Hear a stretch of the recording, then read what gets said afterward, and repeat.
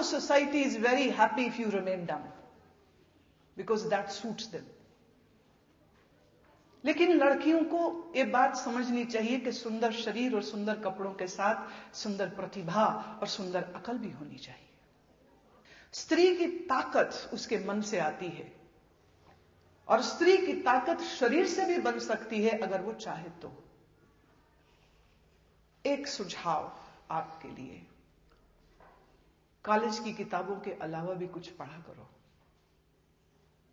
जानकारियां हासिल करना आपका फर्ज है, और मानसिक तौर पर इस बात को कभी अपने अंदर पहुंचने न दीजिएगा कि आप कहीं से भी किसी भी तल से कमजोर है। तुम कमजोर हो नहीं, बिल्कुल भी कमजोर नहीं हो।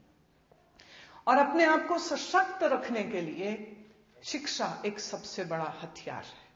इसको बड़ी मजबूती से पकड़िएगा, और शिक्षा के ही साथ साथ अपने स्वाभिमान और अपने आत्मविश्वास को कभी नीचे नहीं गिरने दीजिएगा।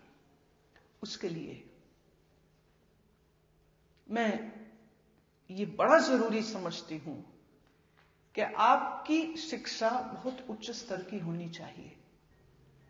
भारत के हमारे ऋषियों मनीषियों ने कुछ एक ऐसी उपलब्धियां करी थी जिन उपलब्धियों के बलबूते पर कोई भी व्यक्ति अपने आप को इतना ऊंचा उठा सकता है जिसकी तुलना भी नहीं की जाए। आज देखिए हमारे पास किताबें हैं, लाइब्रेरी है, फिर हमें लेसन याद नहीं होते। लेकिन सिर्फ कुछ 100 साल पहले तक, जब कागज नहीं था, जब प्रिंटिंग मशीन्स नहीं थी, तो विद्या कैसे दी जाती थी? टीचर बोलता था, विद्यार्थी सुनता था, और विद्यार्थी को याद रहता था। इसे हम कहते थे श्रुति और स्मृति। गुरु ने बोला, आचार्य ने बोला, और शिष्य ने सुना, और मन में सब रिकॉर्ड हो गया। फिर वो एकांत में बैठ करके थोड़ा सा उसको चिंतन करता, rethinking, contemplating about what the teacher had taught, and that is how all the वैदिक knowledge got transmitted from one generation to another generation to another generation. आज वेद का अगर हम हिस्टोरिकली पीरियड माने तो जो अंग्रेज हिस्टोरियन है उनका कहना है कि 10,000 साल, लेकिन अगर हम अपने भारतीय मनीषियों के हिसाब से चले तो लगभग 80,000 साल पुराना वेद का वह काल है जब वेद की ये ऋचाएं मनुष्य के, इन ऋषियों के हृदय में उतरी थी। वेद में 1 लाख मंत्र हैं। 1 लाख मंत्र में से आज भी एक मंत्र खोया नहीं है। प्रिंटिंग मशीनें और कागज तो कितनी देर में बने हैं, कैसे याद रह गया सब कुछ? आपको एक छोटी सी किताब याद नहीं होती, एक छोटा सा लेसन याद नहीं होता। उन्होंने 1 लाख मंत्रों को याद कर लिया, क्योंकि वो कुछ एक ऐसी साधनाएं कर रहे थे जिनसे मन की समझने और याद रखने की शक्ति बहुत ज्यादा बढ़ जाती है।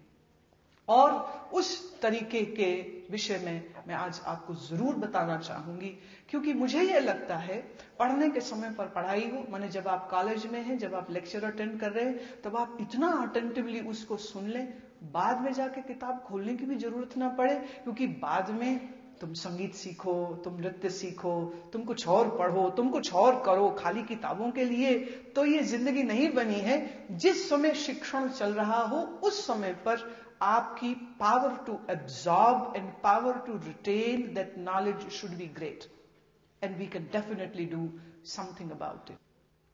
Are you aware what subconscious is? आपका अर्धचेतन मन। Our subconscious mind is just like a video camera with immense amount of storage place. And whatever goes in our subconscious will never get deleted.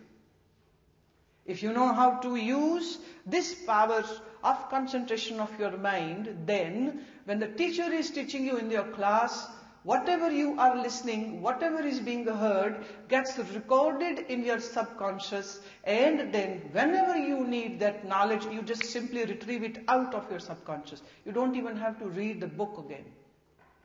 Would you like to learn that method?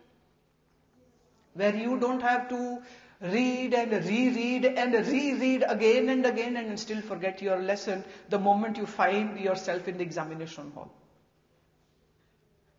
This is something which can be achieved by every girl, and I believe her school, her college में इस रहस्य को, इस विद्या को, इस कला को सिखाया जाना चाहिए था, पर अफसोस यह है कि ऐसा हो नहीं रहा है।